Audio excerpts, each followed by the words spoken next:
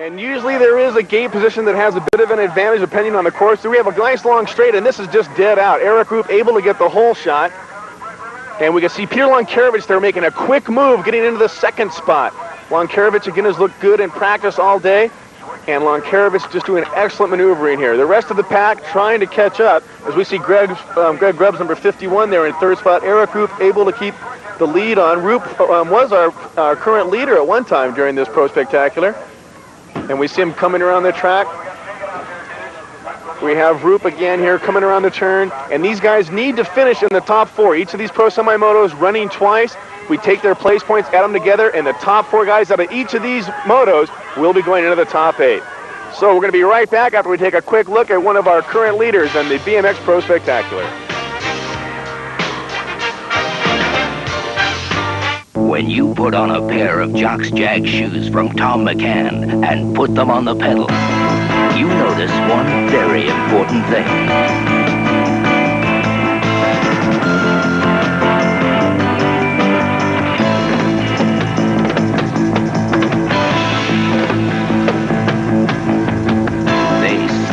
On the pedal. Jocks Jag, traction for the action. Only at Tom McCann. Radical BMXer starts with the awesome frame set that keeps him on the jagged edge. Jag BMX World Championship Racing Frame Set. For flat-out speed and awesome fork tab design to keep you out front. And Jag's own rear dropout that steadies the ride. The awesome beginning. Jag BMX Midi Pro Model or 24-inch cruiser frame set. Jag BMX, the World Championship Racing Frame Set. November is a fall classic on ESPN. If basketball's your sport, the greatest basketball schedule ever swings into a 220-game season. It's playoff time north of the border. See every game live, including Canada's Super Bowl, the Grey Cup. Warm up your November in Hawaii. The Kapalua International Championship of Golf is right on par. November is a sports horn aplenty with the Caesars Tahoe Billiards Classic and LA 83 American Cup pool excitement. Step into the ring with Saturday night at the fights. Doff the pro pads for the NFL's greatest moments and game of the week. Sit behind the wheel for NASCAR and FCCA hijinks and get on the stake for the Division I field hockey title game. Notre Dame, UCLA, and Clemson keep the footballs flying. With top-ranked boxing and PKA karate, the hits keep coming. Welcome this week in the NBA, Inside Football and Horse Racing Weekly, and meet ESPN Sidelines. November has plenty of sports to be thankful for, here on ESPN, where the cheering never stops. We're back, and this is going to be our second round of our first Pro Semi-Moto number 1. This time we've got a few lane changes, though, as they always pick new lanes. And lane number 1 is Brian Patterson, who is number 4. And Brian last time was in lane number 8. He won the moto out of that gate. We'll see how he does in lane number 1. In lane number 2, next to him, 15, Clint Miller. In lane number 3, Donnie Atherton. In lane number 4, Toby Henderson.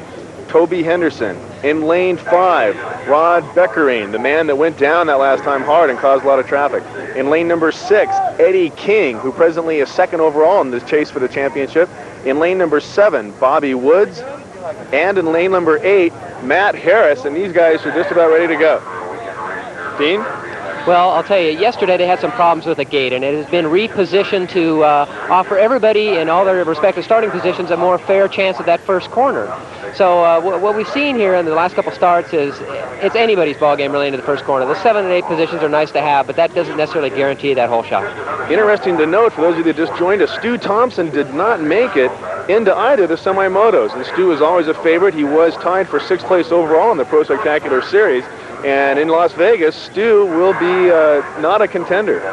So a bit of an upset there. Also, Harry Leary, who was 3rd overall in our point standings. Harry Leary also not making it. So right now we have this moto to contend with. And Brian Patterson, who won that last one, would like to win this one as well to go straight into that main event.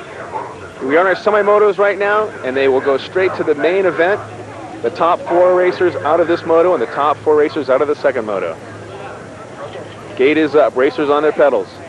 The track very rough, very fast. We've had some rain here the last couple of days. Things have dried out.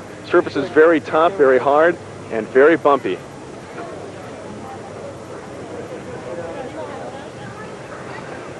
Eddie King with good lane selection both times, but it's not their choice.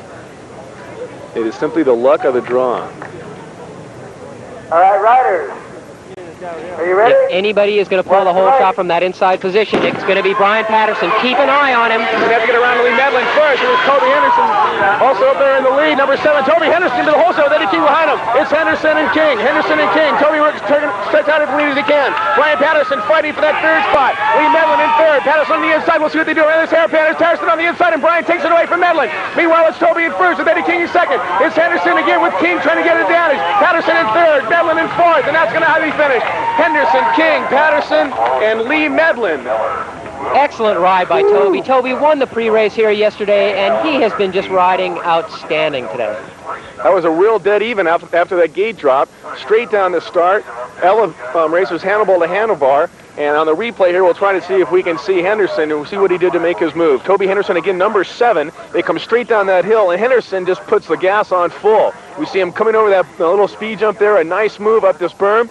And Eddie King in third went high, kind of a high line around that berm, but was able to manage to hang on to that second spot.